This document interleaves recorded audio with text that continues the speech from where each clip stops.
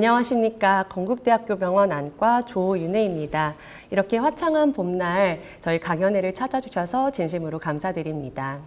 매년 3월 첫째 주 세계 녹내장 주간을 맞이하여 한국 녹내장 학회 주최하에 강연회를 이렇게 열고 있는데요. 그동안 코로나로 인해서 온라인으로만 찾아뵀었는데 이렇게 오프라인에서 뵐 수 있게 되어서 굉장히 기쁩니다. 오늘은 녹내장 바로 알기라는 주제로 녹내장이란 무엇인지, 녹내장은 왜 생기는지, 그리고 녹내장의 진단과 치료는 어떻게 하는지 순서로 말씀드리도록 하겠습니다. 먼저 녹내장이란 무엇인지 말씀드려야 될 것 같은데요. 녹내장이란 시신경이 버티기 어려운 정도의 안압으로 인해서 눈 속의 시신경이 점점 손상되는 질환을 의미합니다. 그로 인해 시야가 점점 좁아지게 되는데요. 손상되는 이 시신경은 우리 눈을 앞에서 잘라서 봤을 때 눈 뒤쪽에 위치를 하고 있습니다. 시신경의 기능은 눈에서 들어오는 시각 정보를 머리 뒤에 있는 뇌로 전달하는 역할을 하는데요. 제가 환자분들께는 컴퓨터에 연결된 웹캠의 케이블과 같은 역할을 한다, 이렇게 말씀드리거든요. 이 시신경이 조금씩 죽어가는 병을 녹내장이라고 합니다. 환자분들이 백내장과 상당히 헷갈려 하십니다. 단어가 하나 차이기 때문에 그럴 텐데요. 백내장은 이 눈 앞쪽에 있는 수정체가 조금씩 노화가 되어가면서 하얗게 변하는 병을 백내장이라고 이야기합니다. 그래서 앞서 말씀드렸듯이 시신경에 생기는 녹내장과는 위치도 전혀 다르고 발병하는 기전이라든지 진단 방법, 치료 자체가 아예 다른 병입니다. 그래서 이 두 가지를 잘 구분해 주시면은 진료 보실 때 훨씬 도움을 받으실 수 있을 것 같습니다. 그래서 백내장은 진행하게 되면 이렇게 정면에서 봤을 때 동공이 하얗게 보이게 되고요. 수술로 치료가 가능한 병이 되겠습니다. 앞서 보여드린 그 시신경을 정면에서 사진으로 찍어서 봤을 때 이렇게 동그란 시신경 유두를 볼 수가 있습니다. 이 동그란 전체를 시신경 유두라고 이야기를 하고요. 안에 작은 동그라미를 저희가 함몰 부위라고 이야기를 해서 간혹 건강검진에서 시신경 유두 함몰비가 커져 있다, 이런 이야기를 들으실 텐데요. 그것이 바로 이렇게 녹내장에서 많이 보이는 특징입니다. 정상에서 녹내장으로 가는 이 시신경 모양을 보시면은 점점 시신경 유두 함몰비가 커지는 것을 알 수가 있고요. 시신경 유두 태가 점점 얇아지는 그런 특징을 보입니다. 요거는 환자분의 눈을 사진으로 찍었을 때 이렇게 보이는 것이고요. 시야 검사를 해보면 이렇게 까맣게 안 보이는 부분들이 생기게 됩니다. 실제로 환자분이 보시는 시야를 사진으로 이렇게 나타내 보면 일부분이 조금씩 흐리게 안 보이다가 전체적인 시야가 많이 흐려지는 그런 양상으로 진행한다고 생각하시면 되겠습니다. 녹내장의 증상은 크게 두 가지로 생각해 볼 수가 있는데요. 첫 번째는 안압 상승에 의한 증상입니다. 보통은 이제 급성으로 발생할 때만 증상이 나타나게 되는데 흐리게 보여지고 또 이제 충혈이 되고 눈에 통증이 일어나는 게 특징입니다. 반면 시신경이 손상돼서 나타나는 증상은 대비 감도가 떨어지고 시야가 결손이 생기면서 시력 저하를 야기하게 되는데요. 대부분 굉장히 서서히 진행하고 양안이 비대칭적으로 진행을 하기 때문에 대부분 잘 못 느끼시는 것이 특징이라고 할 수 있습니다.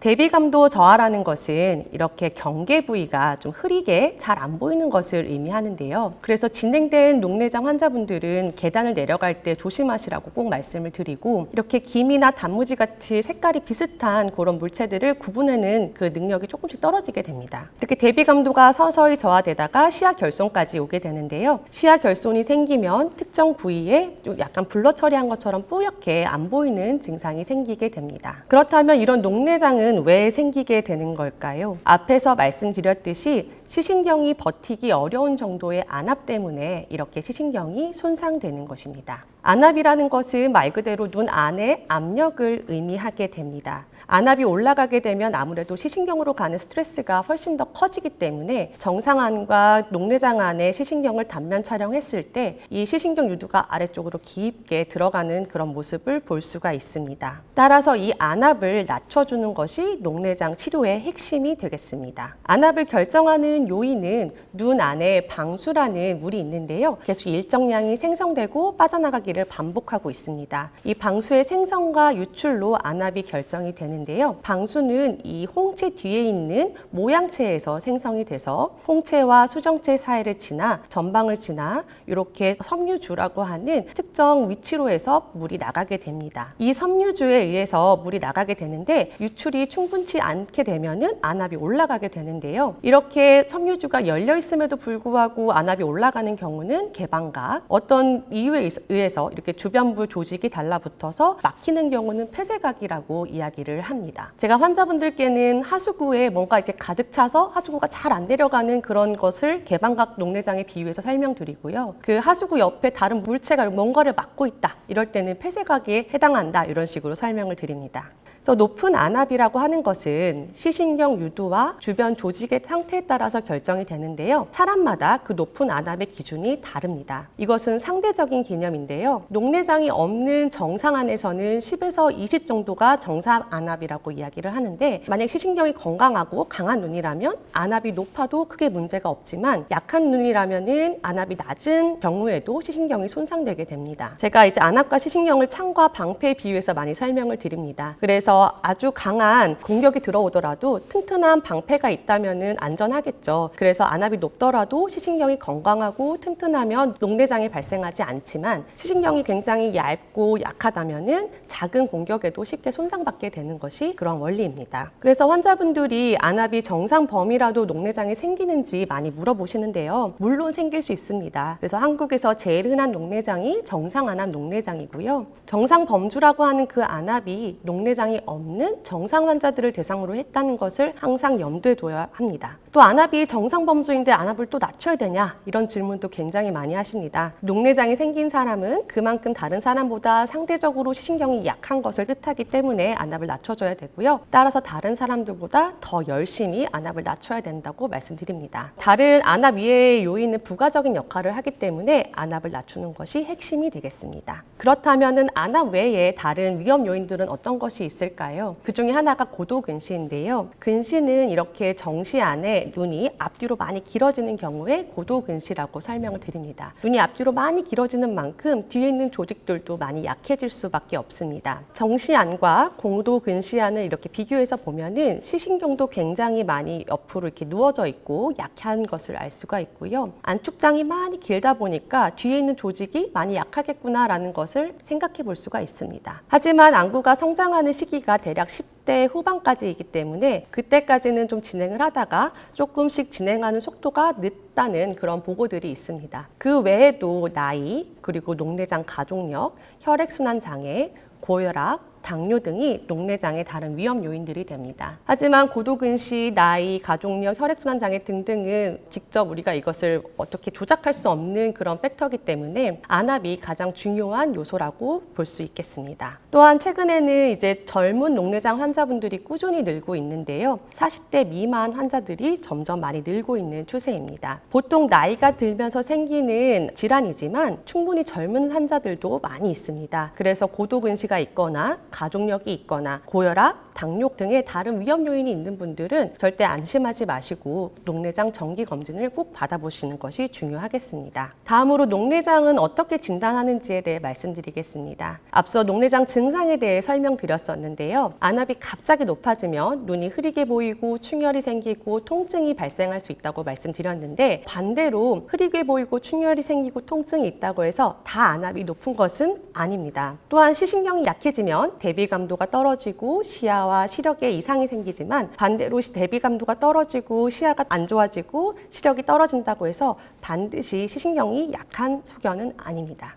따라서 증상으로는 녹내장을 진단하기는 어렵습니다. 간혹 이제 눈이 뻐근하고 아픈데 이거 안압 높은 거 아닙니까? 해서 오시는 분들이 굉장히 많이 계신데요. 대부분은 아니라고 보시면 됩니다. 눈이 아픈 원인의 빈도는 눈의 피로와 건조가 가장 흔하고요. 그 다음에 표면의 상처, 염증, 안압 순으로 빈도가 가장 떨어지는 케이스라고 보실 수 있습니다. 그래서 녹내장을 진단하는 것은 앞서 말씀드렸듯이 중요한 키워드, 안압에 대해서 검사를 하시고 또 시신경 그리고 시야에 대해서 검사를 해서 녹내장을 진단을 하게 됩니다. 녹내장의 진단에 있어서 안압은 진단의 치료의 아주 기본이 되는데요. 치료 전에 안압이 얼마나 높았는지, 치료 후에 안압이 얼마나 내려갔는지, 치료 중에 안압이 얼마나 일정하게 나오는지가 중요한 요소가 되겠고요. 정상안도 하루 일중 병동이 3에서 6 정도 왔다 갔다 하기 때문에 1, 2 정도의 그런 차이를 가지고 크게 연연해 하실 필요는 없습니다. 안압을 검사하는 방법은 여러 가지가 있는데요. 가장 정확한 방법이 골드만 안압계 방법입니다. 그래서 녹내장 환자분들은 다 이 골드만 안압계로 측정을 하시게 될 테고, 스크리닝용으로 간단하게 바람을 쏴서 검사하는 것이 비접촉 안압계가 되겠고요. 그 외에도 턱이나 이마를 이렇게 올리기 어려우신 분들은 리바운드 안압계나 토너펜을 이용해서 안압을 측정하게 됩니다. 골드만 안압계를 측정하실 때는 이렇게 턱과 이마를 색극등 현미경에 대고 이 프리즘 렌즈가 눈에 이렇게 직접 닿게 됩니다. 이 프리즘을 통해서 이제 검사자가 보게 되는 화면은 이것인데요. 두 개의 반원이 이렇게 맞닿는 그 지점의 안압이 환자분의 안압이 되겠습니다. 그리고 간단하게 해볼 수 있는 것은 공기 안압계로 바람이 이렇게 푹 나오는 검사 아마 해보셨을 거예요. 건강검진에서 주로 사용하는 방법이죠. 저희가 안압을 측정할 때는 이 각막을 통해서 간접적으로 측정을 할 수밖에 없기 때문에 각막의 두께에 따라서 안압이 측정되는 것이 조금씩 다릅니다. 두꺼운 각막일수록 안압이 높게 측정이 되고요. 얇은 각막일수록 안압이 낮게 측정이 됩니다. 그래서 저희가 안압을 측정할 때는 반드시 각막 두께도 같이 측정을 해서 비교하면서 보고 있습니다. 안압을 측정했으면 이제 시신경이 괜찮은지 봐야 되잖아요. 그래서 시신경 검사하는 방법에는 아마 외래에 오시면 이렇게 턱이랑 이마를 대고 현미경에서 검사를 하셨을 텐데 이렇게 직접 렌즈를 대고 색극등 현미경 검사로 시신경을 두 눈으로 직접 확인을 해볼 수가 있고요. 사진을 찍어서 이 시신경 상태를 남겨놓을 수가 있습니다. 이렇게 안저 촬영의 기술이 발달하면서 정상 안저 사진 그리고 초기 녹내장 사진을 이렇게 비교해 보시면 혈관 주변으로 해서 이렇게 진한 선을 보실 수가 있는데 이게 이제 녹내장에 의해서 손상된 시신경 섬유층이 이렇게 보이게 되는 것입니다. 그래서 이렇게 건강검진에서 이런 소견이 보이면 녹내장이 의심됩니다 해서 안과로 의뢰가 되시게 되는 겁니다. 시신경을 확대해서 시신경 유두 부위만도 또 자세히 볼 수가 있고요. 녹내장 그 전에 발생하기 전 단계 그리고 점점 어떻게 진행하는지를 저희가 객관적으로 눈으로 볼 수가 있는 검사 방법이 되겠습니다. 그리고 중요한 빛간섭 단층 촬영을 이용해서 눈의 그 시신경 두께가 정량적으로 얼마나 두께가 되는지 그리고 지난번 검사보다 얼마나 얇아져 있는지를 객관적으로 측정을 해서 저희가 정확하게 진단을 하고 진행 여부를 파악할 수가 있습니다. 그 다음으로 이제 기능에 대한 테스트를 하게 되는데요. 이 기능 테스트가 시야 검사입니다. 이 각각의 포인트들에서 빛을 쏘여주어서 이거 환자가 이거를 제대로 인지를 하는지 그걸 버튼을 눌러서 확인을 하게 되고요. 유일하게 기능을 테스트할 수 있는 검사이기 때문에 시야 검사가 아주 필수로 들어가게 됩니다. 녹내장 치료를 잘 받지 않으시면은 처음에 이렇게 거의 초기 녹내장처럼 왔다가 점점점 이렇게 진행이 되어 말기 녹내장까지 진행을 할 수 있고 이 환자 같은 경우는 거의 완전히 실명까지 갈 수 있기 때문에 녹내장 치료를 소홀히 하시면 굉장히 위험할 수가 있습니다. 또한 최근에는 시신경 주변의 혈류를 관찰할 수 있는 OCT 엔지오그래피라는 검사가 또 개발이 되어서 특별히 조영제 주입 없이도 시신경 주변으로 가는 혈류를 검사할 수 있게 되었습니다. 환자분들이 예전에 검사했는데 이거 또 해야 되냐 이런 얘기 자주 하시거든요. 검사를 또 해야 합니다. 그 이유는 예전 검사랑 꾸준히 비교를 해서 변화가 있는지 꼭 확인을 해야 하고요. 앞서 말씀드렸듯이 이게 진행하는 것을 증상으로 전혀 알 수가 없기 때문에 검사를 통해서만 확인할 수가 있고 만약에 더 나빠졌다면 치료 방향을 수정해서 좀 더 안압을 더 떨어뜨리는 방향으로 갈 수 있도록 치료 방향이 수정이 필요합니다. 검사 간격은 상황에 따라 다른데요. 안전하게 잘 유지가 되는 분들은 간격을 좀 늘려가면서 보고요. 반면에 최근에 갑자기 진행이 된다, 조금 의심스럽다 하는 경우는 간격을 좀 더 짧게 줄여서 보고 있습니다. 그렇다면 녹내장 치료는 어떻게 하면 될까요? 아까 말씀드렸듯이 시신경이 손상되는 원인이 안압이라고 말씀을 드렸죠. 그래서 이 안압을 낮추는 것이 녹내장 치료의 핵심이 되겠습니다. 녹내장의 진행을 이렇게 보시면은 치료를 받지 않은 경우에 이렇게 빠르게 진행이 된다면 녹내장 치료를 한다면 이렇게 속도를 좀 늦출 수 있는 방향으로 가게 됩니다. 치료를 한다고 이미 손상된 시신경이 되살아나거나 손상된 시야가 다시 회복되지는 아니고요. 완치보다는 평생 꾸준하게 관리하는 개념이라고 보시면 됩니다. 제가 당뇨나 고혈압과 비슷하다고 말씀드리거든요. 그래서 치료에서 완전히 완치되는 것이 아니라 꼭 친구처럼 계속 같이 가는 병이다 이렇게 생각해 주시면 좋을 것 같고요. 치료를 시작하는 시기가 중요한데 위에서 보시다시피 초기에 치료를 할수록 덜 나빠지는 것을 알 수가 있습니다. 그래서 조기 진단이 굉장히 중요하고 조기 진단, 조기 치료가 녹내장 치료에서는 핵심이 되겠습니다. 녹내장 치료의 목표는 안압을 낮추고 시신경 혈액순환을 개선하고 시신경 보호를 하는 것이 목표가 되겠고요. 되고요. 그로써 이제 녹내장의 진행을 억제하게 하는 것이 저희 치료의 목표라고 보시면 됩니다. 그래서 이렇게 진행을 맞추려면은 결국에 시신경 혈액순환을 개선하거나 시신경 보호하는 것 자체가 조금 어렵기 때문에 안압을 낮추는 게 치료의 핵심이라고 생각하시면 되겠습니다. 안압을 결정하는 요인은 제가 앞서 말씀드렸듯이 방수의 생성과 유출에 의해서 결정이 되는데요. 방수의 유출을 증가시키거나 방수의 생성을 낮춤으로써 안압을 낮출 수가 있습니다. 방수의 유출을 증가시킬 수 있는 방법으로는 안약, 레이저, 수술이 있고요. 방수의 생산을 줄일 수 있는 방법이 안약과 레이저가 되겠습니다. 안압을 낮추는 첫 번째 방법은 일단 안약 점안입니다. 가장 효율적이고 부작용이 적은 방법이 되겠고요. 안약의 효과가 적은 경우 또는 안약을 쓰기 어려운 경우는 레이저나 수술을 고려하게 됩니다. 안약의 효과가 적은 경우는 약을 쓰고도 안압이 높은 경우를 의미하고요. 사용하기 어려운 경우는 쓰는 약마다 부작용이 너무 심해서 약을 쓰지 못하는 경우로 볼 수 있습니다. 녹내장 약은 이렇게 다양하게 존재하기 때문에 성분에 따라 주로 작용하는 부위, 효과, 부작용이 다 다릅니다. 사람마다 눈에 잘 맞는 성분 또한 달라서요. 어떤 약을 쓸 것인가는 결국에는 환자마다 잘 맞는 안약을 찾아서 꾸준히 점안하는 것이 가장 중요합니다. 하지만 어떤 분은 부작용이 굉장히 심한 반면에 어떤 분은 또 괜찮으세요. 이것은 결국에 써봐야만 알 수 있는 부분이라서 써보고 약이 부작용이 있다면 약을 바꾸는 형식으로 나에게 맞는 약을 찾게 됩니다. 올바른 안약 사용 방법은 일단 사용 횟수를 정확히 지키셔야 됩니다. 하루에 한 번 넣는 약인데 하루에 뭐 3-4번 넣으시던지 하루에 2번 넣는 약인데 한 번밖에 안 넣고 오시는 분들도 많이 계시거든요. 약의 용법을 정확히 지키시는 게 중요하고 일정 시간에 약을 넣는 것도 굉장히 중요합니다. 사용 전에는 손을 깨끗하게 씻으시고요. 아래 눈꺼풀을 아래로 당겨서 벌어진 공간에 안약을 점안하시면 됩니다. 약을 점안하실 때는 한 방울만 점안하시면 충분하고요. 눈에 안약 용기 끝부분이 닿지 않도록 주의하시고 눈 주위에 묻은 안약은 살짝 눌러서 닦아내시면 됩니다. 점안 후에는 눈을 깜빡이지 말고 살짝 감고 계시는 게 좋고요. 다른 안약과 함께 사용할 경우는 5분 정도 간격을 두시는 것이 약을 좀 더 효율적으로 효과적으로 쓰시는 방법입니다. 간혹 약을 쓰면 중독돼서 평생 써야 된다고 해서 약을 쓰기 싫다고 하시는 분들 계시거든요. 근데 약에 중독이 돼서 그렇게 되는 것이 아니라요. 앞서 설명드렸듯이 녹내장은 완치되는 병이 아니기 때문에 꾸준히 약을 쓰셔야 됩니다. 그래서 약에 중독돼서 약을 쓰게 되는 것은 아니라는 점 기억해 주시면 좋을 것 같고요. 또 어느 경우에는 상태가 전혀 심하지 않고 진행되지 않는 경우에는 약을 중단하는 경우도 있습니다. 또 밤에 한 번 넣는 안약은 점안 후에 바로 자야 되는지 물어보시는데요. 그렇지 않습니다. 밤에 넣는 것이 효과가 좋기 때문에 밤에 넣으라고 설명드리는 거고요. 일정한 저녁 시간에 점안 후 다른 생활을 하시다가 주무셔도 문제 없습니다. 또 하루 2번 넣으면 간격을 어떻게 해야 되는지 물어보시는데요. 보통 12시간 간격으로 점안하시는 것을 권유드리고 예를 들어 이제 아침 8시에 넣었으면 저녁 8시에 아침 7시에 넣었으면 저녁 7시에 이렇게 넣으시는 것이 좋습니다. 한두 시간 정도 차이 나는 것은 문제 없습니다. 녹내장 안약의 부작용은 충혈과 따가움, 눈꺼풀의 변화, 가렵고 졸림, 부정맥, 천식 악화 등이 있습니다. 부작용이 걱정돼서 못 쓰겠다고 하시는 분들도 간혹 계시거든요. 하지만 너무 걱정하실 필요가 없고요. 대부분 약을 중단하면 그런 부작용은 사라지는 부작용입니다. 부작용이 생길지 말지는 써보기 전에 알기 어렵기 때문에 일단 써보시고 부작용이 있으면 다른 종류의 약으로 바꿔가면서 맞는 약을 찾는 것이 중요하겠습니다. 단 천식이나 부정맥이 있으면 미리 말씀해 주시는 게 좋습니다.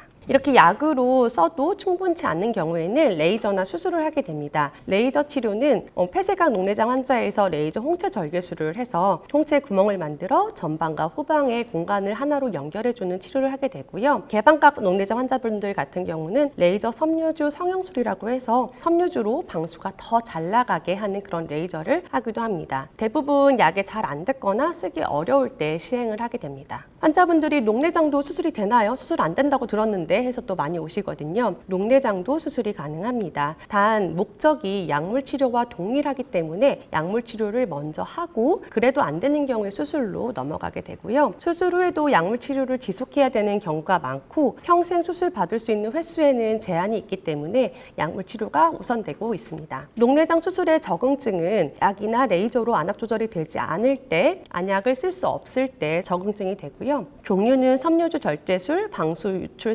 삽입술 그리고 채소 침습 녹내장 수술이 있습니다. 섬유주 절제술은요, 아까 이제 방수가 이렇게 생성돼서 섬유주를 통해서 밖으로 나간다고 말씀드렸는데 이렇게 섬유줄에 새로운 길을 만들어서 바깥쪽으로 유출을 좀 더 원활하게 해주는 수술을 하게 되는 것입니다. 그래서 보시면은 이렇게 결막 아래쪽으로 봉긋하게 올라와 있는 것을 알 수가 있고요. 방수가 이쪽에 아래쪽으로 잘 나가고 있는 것을 볼 수가 있습니다. 이렇게 방수 섬유주 절제술 같은 경우는 결막 아래에 이런 흉터 조직이 생기게 되면은 수술하고 나서 다시 안압이 올라갈 수 있는 경우들이 많이 생깁니다. 그래서 수술하고 나서도 안압이 올라갈 것 같은 그런 상황에서는 방수 유출 장치 삽입술을 시행하게 되는데요. 이것은 눈 안쪽에 이렇게 얇은 관을 넣어서 이 방수 유출 장치로 방수가 빠져나갈 수 있도록 하는 수술이 되겠습니다. 이렇게 방수 유출 삽입술을 하게 되면 이렇게 관이 전방에 보이게 되고 눈을 아래쪽으로 이렇게 쭉 내려서 보면 이 안쪽으로 보이게 됩니다. 그래서 눈을 이렇게 앞을 보고서 봤을 때는 전혀 이제 방수 유출 장치가 보이지는 않기 때문에 수술한 것을 뭐 특별히 느끼거나 보이거나 하지는 않습니다. 최근에는 채소 침습 수술이라고 해서 젠젤 스텐트 같은 경우를 많이 하고 있는데요. 이렇게 굉장히 작아서 확대하지 않고서는 거의 보이지 않는 이런 스텐트를 삽입하게 되고 확대해서 보면 이렇게 조그맣게 관이 나와 있는 것을 볼 수가 있습니다. 앞서 설명드렸던 섬유주 절제술이나 방수 유출 삽입술보다 훨씬 부작용이 적은 시술이기 때문에 수술에 대한 부작용이 걱정되시거나 하시는 분들한테 먼저 시행해 볼 수 있는 수술 방법이 되겠습니다. 녹내장 수술 결과는 대부분 안압 조절이 잘 됩니다. 하지만 안압이 예상보다 낮거나 높은 경우 수술 후 안압 조정의 과정이 필요할 수 있다는 점, 그리고 이제 시간이 지나서 저희가 만들어 놓은 그 길이 다시 막히게 되면 안압이 올라갈 수가 있고요. 그러면 수술 후에도 계속 경과 관찰이 반드시 필요합니다.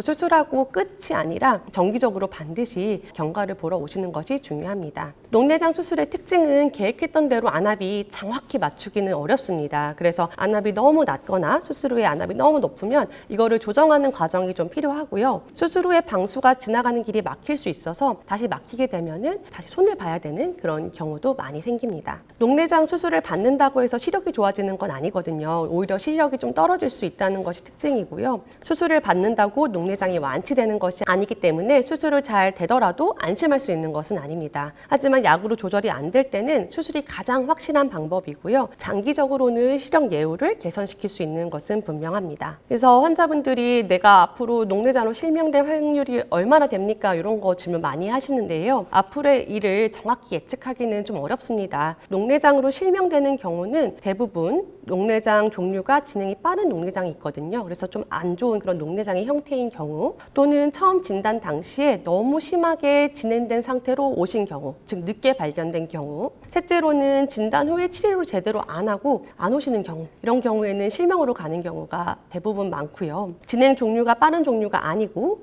조기에 진단이 되었고 저희가 오시라고 할 때 꾸준히 잘 치료를 받으시면은 실명이 되실 그런 가능성은 낮습니다. 그래서 녹내장을 대하는 마음가짐은 지금 나의 상태를 객관적으로 바라보고 이제 두려움을 이겨내시고 효과가 입증되지 않은 치료에 너무 기대하지 않고 이제 저희가 처방해드린 약을 잘 넣는 것이 가장 중요하고요. 안압이나 시신경 두께 같은 숫자나 작은 검사 결과에 일희일비하지 않는 것이 중요한 마음가짐이라고 할 수 있겠습니다. 요약하면 녹내장은 높은 안압으로 인해서 시신경이 약화되어 시약 결손이 진행되는 병이고, 진단은 녹내장 정밀 검사가 필요하고 초기에는 증상이 없는 것이 특징입니다. 치료 목표는 진행을 억제하는 것, 녹내장이 손상된 것을 호전시키는 게 아니라 진행을 억제하는 것이 치료 목표가 되겠고요. 치료 방법은 안압 하강이 핵심이 되겠습니다. 안압 하강의 1차 방법은 다양한 녹내장 안약을 이용하는 것이고, 녹내장 치료 결과는 결국에는 녹내장의 종류나 정도, 노력에 따라 다양한데 대부분의 경우 관리를 잘 하시면 실명까지 가는 경우는 많지 않습니다. 더 자세히 알고 싶으신 분들은 이제 네이버에 한국 녹내장 학회 홈페이지를 이제 검색해 보시면은 녹내장 이해하기라는 이런 탭이 있습니다. 여기를 클릭해서 보시면 녹내장이란 무엇인지, 그리고 발생 원인, 증상, 종류들을 자세하게 정리를 해 놓았거든요. 그래서 궁금하시거나 추가적으로 더 알고 싶은 분들은 이 홈페이지를 참고하셔도 좋을 것 같습니다. 저희는 이제 소리 없는 시력도둑 녹내장이라고 이야기를 하거든요. 앞서 말씀드렸듯이 증상이 없기 때문에 조기 진단이 상당히 중요합니다. 나도 녹내장이 있으니 정기검진 꼭 받아보시고 경과에 따라서 안과 진료를 꼭 받아보시길 권유드리겠습니다. 감사합니다.